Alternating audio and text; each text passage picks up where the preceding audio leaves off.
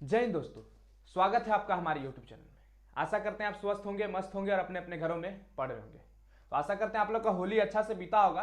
तो चलिए आज हम अपने क्लास को शुरू करते हैं। और जैसा कि आपको पता है कि हमारा समानांतर श्रेणी में हमने एक्सरसाइज 5.2 के 20 नंबर सवाल 17 नंबर सवाल तक कर लिया था। आज के वीडियो में हम 3 सवाल एक्स्ट्रा जो बचा हुआ था उसको करेंगे, और उसके बाद फिर तीसरा नंबर जो छूटा था और 12वां नंबर जो छूटा था उसको भी करने का प्रयास करेंगे। और आज ही के वीडियो में हम उदाहरण को भी शुरू करेंगे, किसको एक इंट्रोडक्शन लेंगे एपी के nवें पद के योग को। क्या होता है एपी के nवें पद का योग, इसको भी समझने का प्रयास करेंगे। तो चलिए बिना किसी देरी के साथ आज के क्लास को शुरू करते हैं और 18वां नंबर सवाल को देखते हैं। 18वां नंबर सवाल क्या हमें कहना चाह रहा है उस चीज को देखने का प्रयास करते हैं। देखिए, बोल रहा है कि किसी एपी के चौथे और 8वें पद का योग 24 तथा छठे और 10वें पद का योग 44 है। तो उस एपी का प्रथम 3 पद हमको ज्ञात करना है, मतलब एपी का पहला 3 पद हमको ज्ञात करना है। ठीक है, एपी का पहला 3 पद हमको ज्ञात करना है। और चौथा और 8वां पद का योग हमको बोल रहा है, मतलब चौथा पद मतलब A4 और A8 का योग जो है हमें क्या दिया हुआ है, 24 दिया हुआ है। और छठा और 10वां पद का योग हमें क्या दिया हुआ है, 44 दिया हुआ है। ठीक है, इसे देखने का प्रयास करिएगा। और ये सवाल बेहतर सवाल है क्योंकि ये सवाल एग्जाम में छपता है जरूर। ठीक है, इसको वीवीआई की संज्ञा भी आप दे सकते हैं, अपने अपने कॉपी में लिखने का प्रयास करिएगा। और देखिए, पहला जो इक्वेशन है हमें बोल रहा है कि चौथा और 8वां पद कितना दिया हुआ है, 24 दिया हुआ है। और छठा और 10वां पद 44 दिया हुआ है। इसको आप समीकरण 1 दे दीजिए, इसको समीकरण 2 दे दीजिए। ठीक है, अब चलते हैं आगे और एक एक सवाल को सॉल्व करते हैं। तो पहला समीकरण को लेते हैं, क्या पहला समीकरण को हम लेते हैं। और पहला समीकरण को लेने के साथ हम इसमें देखते हैं A4 को हम क्या लिख सकते हैं। A4 को हम कुछ इस प्रकार लिख सकते हैं, A plus 4 minus 1 into D. लिख सकते हैं कि नहीं लिख सकते हैं। तो इसको हम A प्लस 3D आसानी से लिख सकते हैं। तो उसी प्रकार A4 को हम A प्लस 3D लिख सकते हैं। तो A8 को हम क्या लिख सकते हैं, A8 को हम A प्लस 7D भी लिख सकते हैं। अब बराबर क्या है हमारा, ये बराबर 24 है। तो A प्लस A क्या हो जाएगा, 2A प्लस 7 और 3 क्या हो जाएगा, 10। तो 2A प्लस 10D बराबर क्या हो गया हमारा, 24। इस चीज को देखिए, बढ़िया से समझिएगा। इसको आप समीकरण दे दीजिए 3। समीकरण क्या दे दीजिए, 3। ठीक उसी प्रकार समीकरण 2 से लेते हैं, क्या दूसरा समीकरण से हम उठाते हैं और दूसरा समीकरण को सॉल्व करते हैं, उसके सॉल्व करने का प्रयास करते हैं। दूसरा समीकरण A6 है और A10 है। तो A6 को हम क्या लिख सकते हैं, A6 को A प्लस 5D लिख सकते हैं हम आसानी से।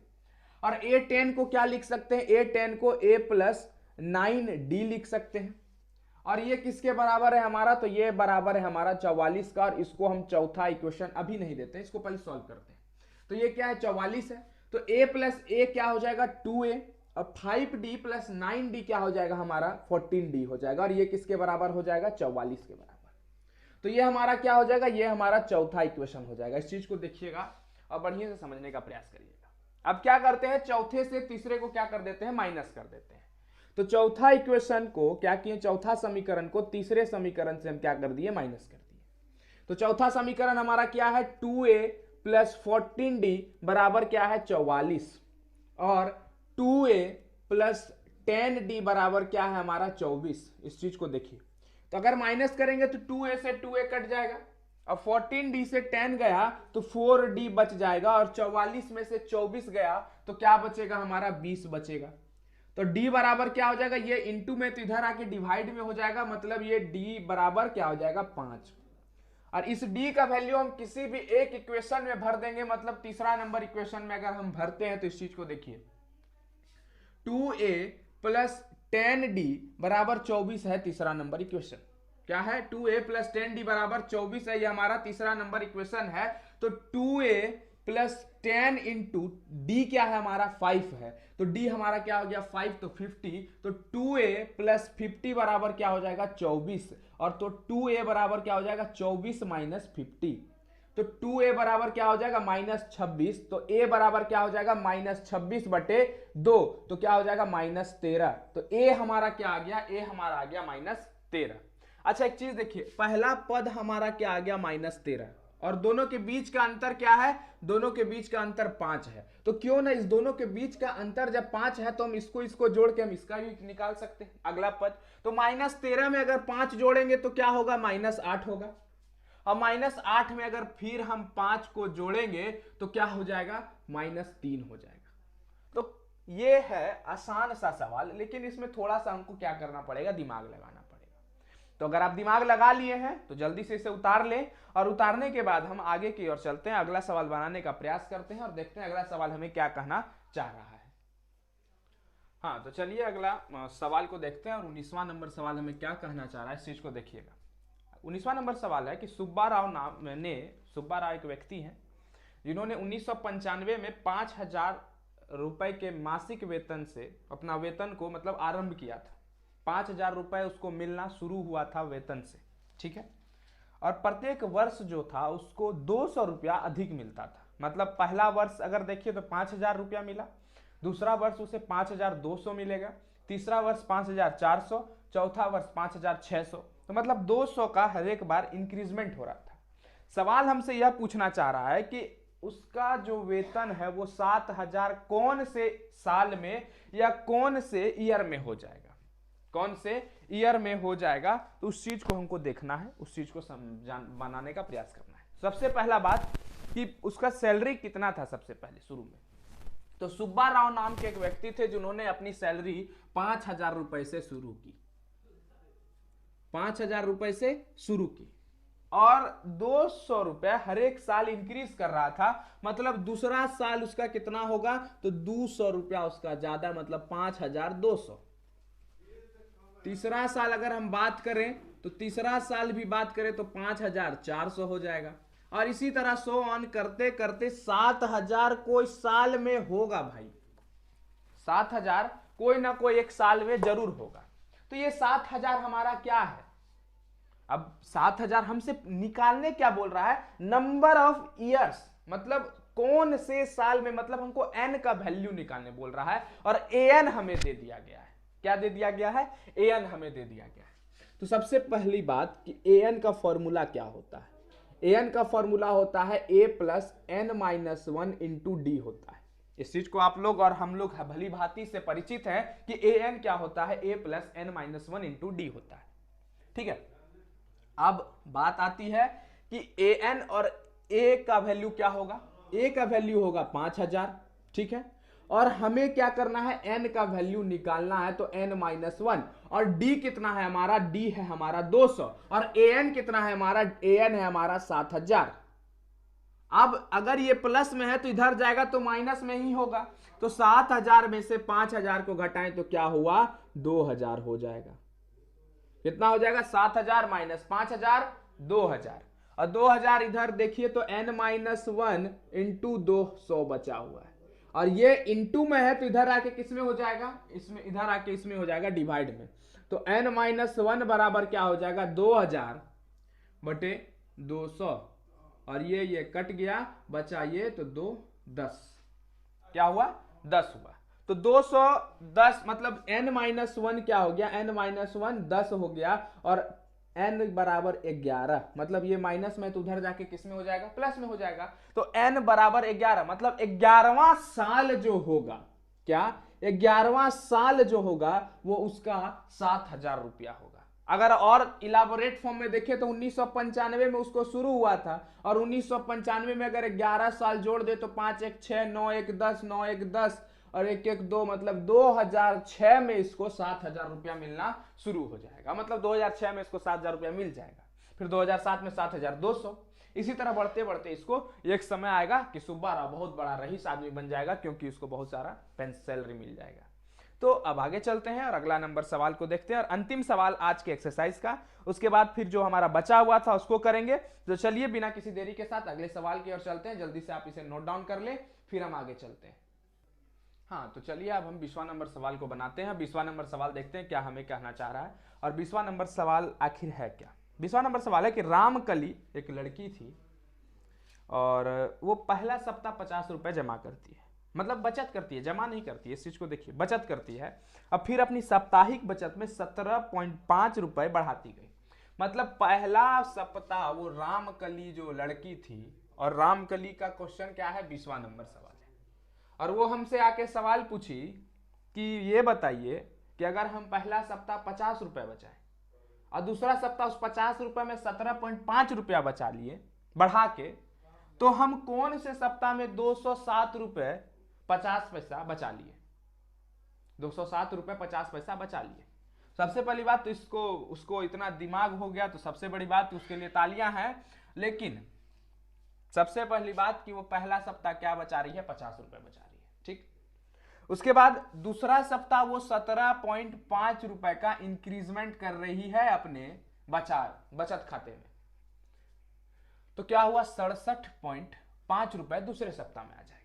तीसरे सप्ताह में अगर हम बात करें तो 17.5 रुपए वो फिर बढ़ा रही है। तो 5 5 10 7 7 14 हाथ में 1 6 1 7 1 8 84 रुपए फिर वो दूसरे सप्ताह बचा ले। और इसी तरह करते करते वो हमसे आके सवाल ये पूछ ली कि ये बताइए कि 207 रुपए 50 पैसे हम कौन से साल में बचा लेंगे। इसका मतलब ये 207 क्या है, 207 हमारा an का वैल्यू है, और हमको क्या निकालना, हमको n निकालना।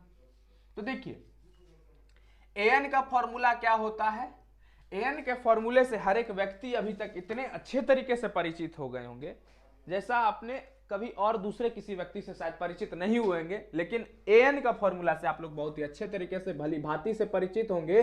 an बराबर a plus n-1 into D होता है। इसमें कोई प्रॉब्लम, कोई दुविधा नहीं होना चाहिए। अब देखिए ए क्या है, ए हमारा 50 है और an हमारा 207 रुपए 50 पैसे है, ठीक है। प्लस n का वैल्यू हमें निकालना है और d का वैल्यू हमें पता है 17.5 रुपए होगा। कोई दिक्कत। अब चलिए इसमें से हम इसको माइनस करते हैं, क्योंकि ये प्लस में तो इधर आके क्या हो जाएगा, माइनस में हो जाएगा। तो 207.550 माइनस 50 रुपीज बराबर n-1 इंटू 17.5, ये हमारा हो जाएगा। अब 207 में अगर हम 50 को घटाएं तो क्या होगा, 0.5, ठीक है।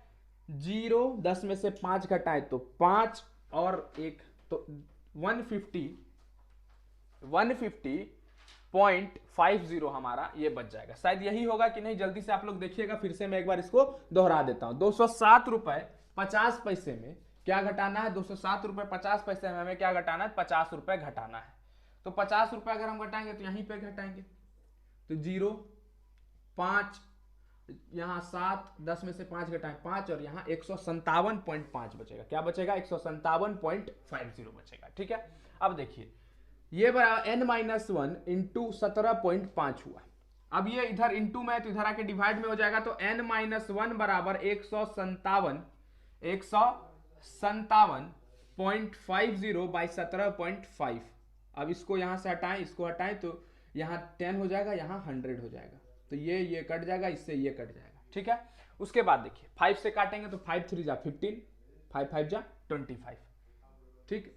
5 3 जा 15, 5 1 जा 5, 5 5 जा 25, ठीक है। 5 7 जा 35, 5 6 जा 30, 5 3 जा 15, ठीक। 7 9 जा 63। मतलब n-1 क्या आ जाएगा, n-1 हमारा 9 आ जाएगा। और n का वैल्यू क्या हो जाएगा, n का वैल्यू हो जाएगा 10। तो n का वैल्यू हमारा 10 आ गया। मतलब 10वां सप्ताह जो होगा उसका पैसा कितना बच जाएगा, 207 रुपए 50 पैसे उसका 10वां सप्ताह में पैसा बच जाएगा। और इस प्रकार हमने एक्सरसाइज 5.2 के हर एक सवाल को अच्छे से किया। अब जो हमारा सवाल है, इसके पीछे का सवाल 12वां नंबर सवाल को करने का प्रयास करेंगे और 12वां नंबर सवाल देखेंगे क्या कहना हमें चाह रहा है। तो चलिए 12वां नंबर सवाल की ओर चलते हैं। 12वां नंबर सवाल को देखते हैं। तो जल्दी से इसे नोट डाउन कर लें अपने अपने कॉपी में, उसके बाद 12वां नंबर सवाल की ओर चलते हैं।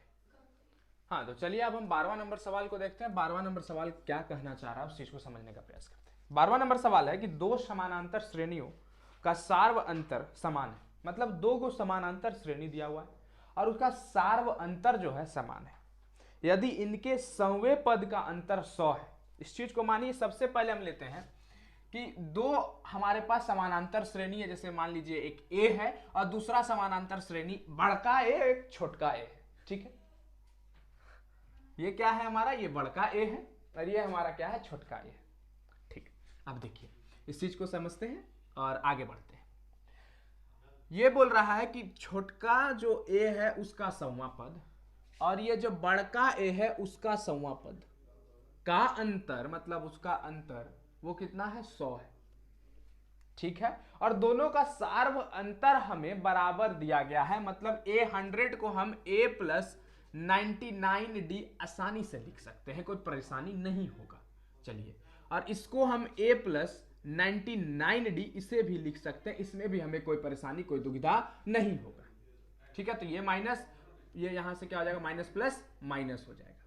ठीक है, तो ये क्या हो जाएगा, कैंसिल हो जाएगा। ये क्या हो जाएगा, कैंसिल हो जाएगा। बचेगा क्या, a माइनस ए बराबर 100। चलिए ठीक है, पहला इक्वेशन इसे दे दीजिए, पहला समीकरण इसे दे दीजिए और इसे समझने का प्रयास करिए। ठीक है, अब देखिए दूसरा बोल रहा है कि इसके 1000वें पद का अंतर हमें बताइए, इसके 1000वें पद का अंतर क्या होगा, तो इस चीज को समझिएगा। अब देखिए ये क्या है, ये a1000 मतलब छोटका जो a है उसका 1000वां पद माइनस बड़का जो a है उसका 1000वां पद का अंतर हमें क्या निकालना, हमें क्या करना है, निकालना है। ठीक है, तो a1000 को हम क्या लिख सकते हैं, a plus 999d minus a plus 999d बराबर क्या होगा, तो मतलब ये माइनस में तो इधर जाके इधर भी क्या हो जाएगा, माइनस हो जाएगा, माइनस प्लस माइनस।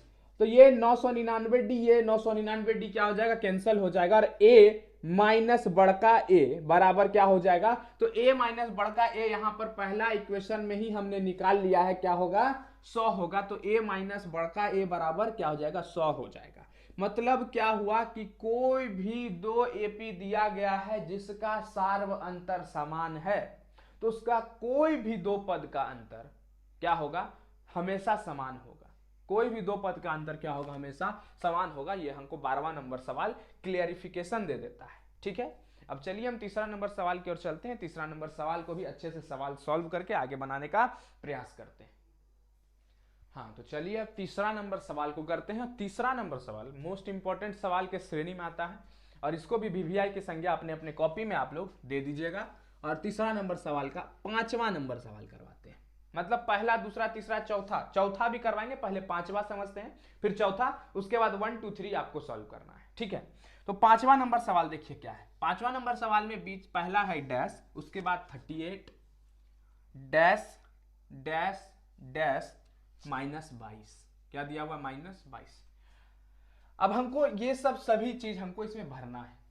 अब देखिए सबसे बड़ी बात कि इसमें सबसे पहले हम गिनते हैं कितना पद है इसमें, 1 2 3 4 5 6, इसमें कितना पद है, 6। और दूसरा पद पे क्या है, दूसरा पद पे हमारा दिया गया है 38 और छठा पद पे हमको क्या दिया गया है, माइनस 22 दिया गया है। छठा पद पे क्या है, छठा पद पर माइनस 22 है और दूसरा पद पर 38 है। इस चीज को दिमाग में रखना है। अब चलिए आगे चलते हैं। a2 जो है इसको हम क्या लिख सकते हैं, a plus 2 minus 1 into D बराबर 38 लिख सकते हैं। तो a प्लस डी बराबर 38 होगा, इसको पहला इक्वेशन हम दे देते हैं।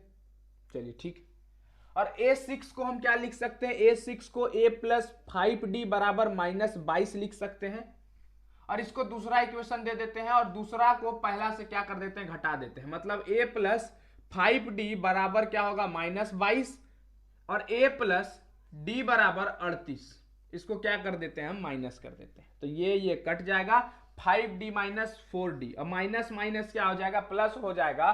तो 38, 8 2 10, 3 2 5 1 6, तो d बराबर क्या हो जाएगा, d बराबर 15 हो जाएगा। क्यों 15 होगा, क्योंकि ये गुना में है तो इधर जाके क्या हो जाएगा, भाग में हो जाएगा। तो d बराबर 15। अब इस d का वैल्यू किसी भी एक इक्वेशन में हम भर देंगे तो देखिए a प्लस डी बराबर क्या है, 38 है।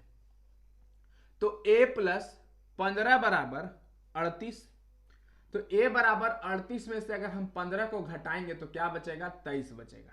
तो a बराबर क्या हो गया हमारा, 23। तो पहला हमारा क्या आ जाएगा, 23। 23 में हम 15 जोड़े, क्या करें, 23 में हम 15 जोड़े, या यहां देखिए 23 में हम 15 जोड़े तो क्या हो गया, 38 हो गया। 23 में हम 15 जोड़े तो 38 हो जाएगा। लेकिन यहां पर इस चीज को समझने का पहले प्रयास करिएगा, d बराबर -15 आएगा कि d बराबर +15 आएगा, d बराबर +15 आएगा कि d बराबर -15 आएगा, इस चीज को पहले हमको बताने का आप लोग प्रयास करिए। d बराबर क्या आएगा, d बराबर आएगा -15। क्यों? क्योंकि यहां माइनस माइनस प्लस होगा और यहां पर पहले से जब माइनस होगा तो इसके साथ तो बड़ा वाले के साथ तो माइनस का साइन होगा, बड़ा वाले के साथ क्या होगा, माइनस का साइन होगा। तो d बराबर -7, तो d बराबर क्या हो जाएगा -15, और यहां पर -15 होके +15 हो जाएगा, और 8 5 13, 8 5 13 और 3 1 4 1 5 53 हो जाएगा। तो इस चीज को समझिएगा और इस चीज को बनाने का भी फिर से प्रयास करिएगा अपने अपने कॉपी में। तो d बराबर क्या हो गया, d बराबर हो गया -15 और a बराबर क्या हो गया 53। 53 में से 15 को घटाएं तो 38 बच गया। फिर यहां से 15 को घटाएंगे तो क्या बचेगा, 15 को घटाएंगे तो 8 में से 5 3 बचा, और 3 में से घटाएं 23 बचा। फिर यहां से 15 को घटाएंगे तो क्या बचेगा, 13 में से 5 घटाएं तो 8 बचा, 2 में से 1 घटाएं तो 18 बचा। 18 में से फिर 15 को घटाएं तो क्या बचा 3, और 3 में से फिर 15 को घटाएं तो क्या बचेगा -22 बच जाएगा।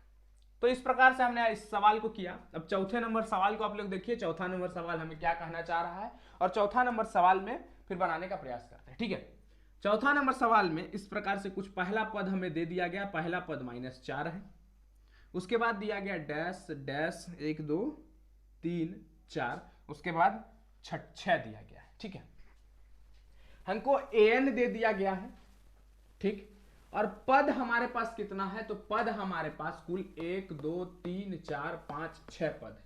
कितना पद है हमारे पास, 1 2 3 4 5 6 पद है। ठीक है, तो अब छठा पद को हम लोग देखते हैं। छठा पद को हम किस, a6 बराबर क्या है हमारे पास, a6 बराबर 6 है। a6 बराबर हमारे पास क्या है, 6 है। तो a6 को हम a + 5d लिख सकते हैं, क्या बराबर 6। कोई प्रॉब्लम होगा आपको इसमें, a + 5d बराबर 6 लिख सकते हैं। क्यों लिख सकते हैं, क्योंकि a + n - 1 × d होता है, और n हमारा क्या है 6 है। तो 6 में से 1 को घटाएंगे तो 5 बचेगा, तो a + 5d बराबर क्या हो जाएगा 6। कोई प्रॉब्लम। अब चलिए इस चीज को देखिए, a हमारा पहले से हमको पता है, a क्या है -4 + 5d बराबर 6। ये माइनस में है तो उधर जाके क्या हो जाएगा, प्लस में हो जाएगा। ये a माइनस में है तो क्या हो जाएगा, तो उधर जाके क्या हो जाएगा, प्लस में हो जाएगा। हाँ, तो -4 अगर उधर जाएगा तो क्या हो जाएगा, प्लस में हो जाएगा। तो 5d बराबर क्या हो जाएगा 10। तो d बराबर क्या हो जाएगा, d बराबर हो जाएगा हमारा 2। तो d बराबर क्या हो गया, 2 हो गया। अब d बराबर जब 2 निकल गया, और a बराबर हमको -4 पहले से पता है, तो -4 में 2 को जोड़ेंगे तो क्या हो जाएगा, -2 हो जाएगा। -2 में फिर 2 को जोड़ेंगे तो क्या हो जाएगा, 0 हो जाएगा। फिर 2 को जोड़ेंगे तो 2 हो जाएगा, फिर 2 को जोड़ेंगे तो 4 हो जाएगा, 4 में से 2 को जोड़ेंगे तो 6 हो जाएगा।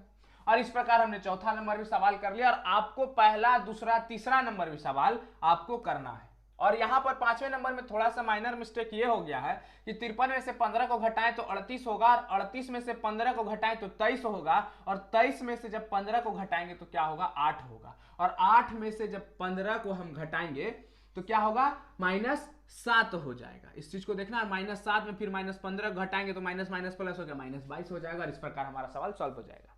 ठीक है, थोड़ा सा माइनर मिस्टेक हो गया था, इस चीज को आप लोग सुधार सकते हैं अपने अपने कॉपी पे।